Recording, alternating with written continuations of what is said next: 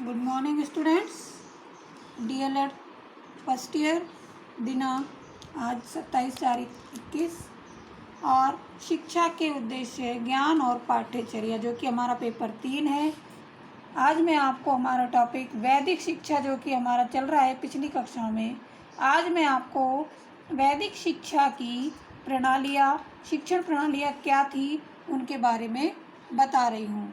वैदिक युग में अभी छपाई अस्तित्व में नहीं आई थी, इसलिए यह अपरिहार्य था कि शिक्षा प्राथमिक रूप से वाचन द्वारा प्रदान की जाती थी। अर्थात क्या किया जाता था? मौखिक विधि का प्रयोग किया जाता था।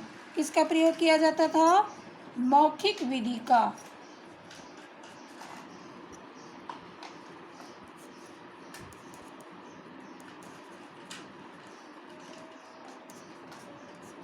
मौखिक विधि का प्रयोग किया जाता था। यही बात कुछ उपलब्ध पांडुलिपियों के बारे में कही जा सकती है। तो जो इस युग के दौरान कौन कौन सी शिक्षण विधियाँ प्रचलित थी उनके बारे में मैं आपको बता रही हूँ।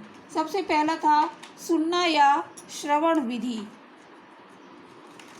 सुनना या श्रवण विधि। अब इस विधि में क्या होता था कि इसमें अध्यापक बोलता था और विद्यार्थी सुनते थे। इस प्रकार ज्ञान का जो संरक्षण किया जाता था उसका संप्रेषण आने वाली पीढ़ी में किया जाता था। इस विधि में वैदिक स्रोतों की विभिन्न पंक्तियों तथा ऋग्वेद के श्लोकों, उनके उच्चारण तथा अर्थ पर विशेष बल दिया जाता था। इस कारण वेदों को श्रुति के नाम से भी जाना जाता था। इसमें क्या होता था? अध्यापक बोलता था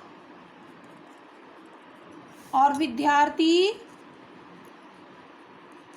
सुनते थे।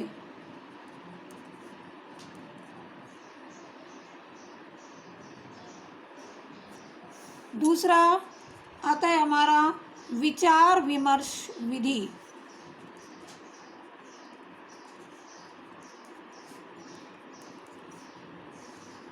अब विचार विमर्श विधि क्या है कि इसे मनन विधि के नाम से भी जानते हैं। किस विधि के नाम से?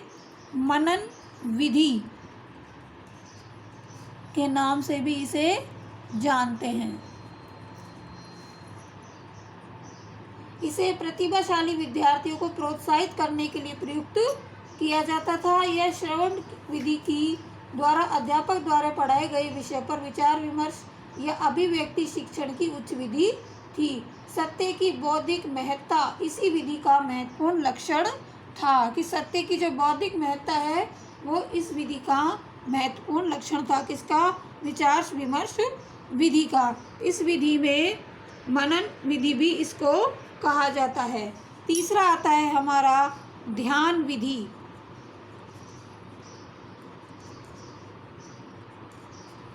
अब ध्यान विधि में क्या होता था कि विचार विमर्श विधि तथा ध्यान विधि के मध्य यह अंतर है कि जहाँ विचार विमर्श विधि में केवल सत्य की बौद्धिक महत्ता थी, ध्यान विधि में सत्य की प्राप्ति को हासिल किया जाता था।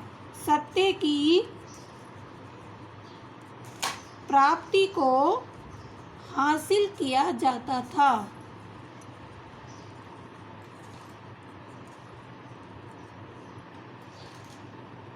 इस प्रकार जो सत्य की प्राप्ति का वर्णन दर्शन या सत्य के बोध के रूप में किया जाता था। इस विधि के द्वारा पदार्थ की बजाय आत्मा को देखना होता था। पदार्थ की बजाय आत्मा को देखना होता था।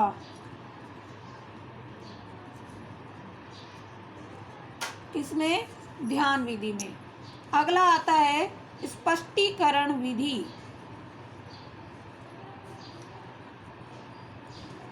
स्पष्टीकरण विधि क्या है कि प्राचीन समय में जो अध्यापक है अपने दिन प्रतिदिन के शिक्षण में उदाहरणों और उपमाओं का जुगत के रूप में प्रयोग करता था।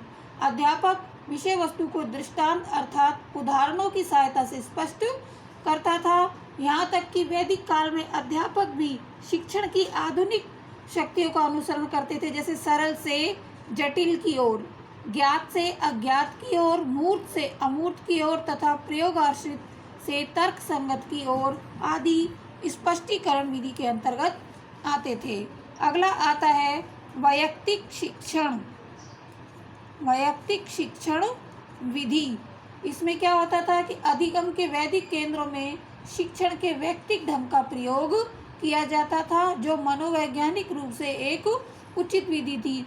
और सबसे अंत में है प्रयोजन विधि। प्रयोजन विधि में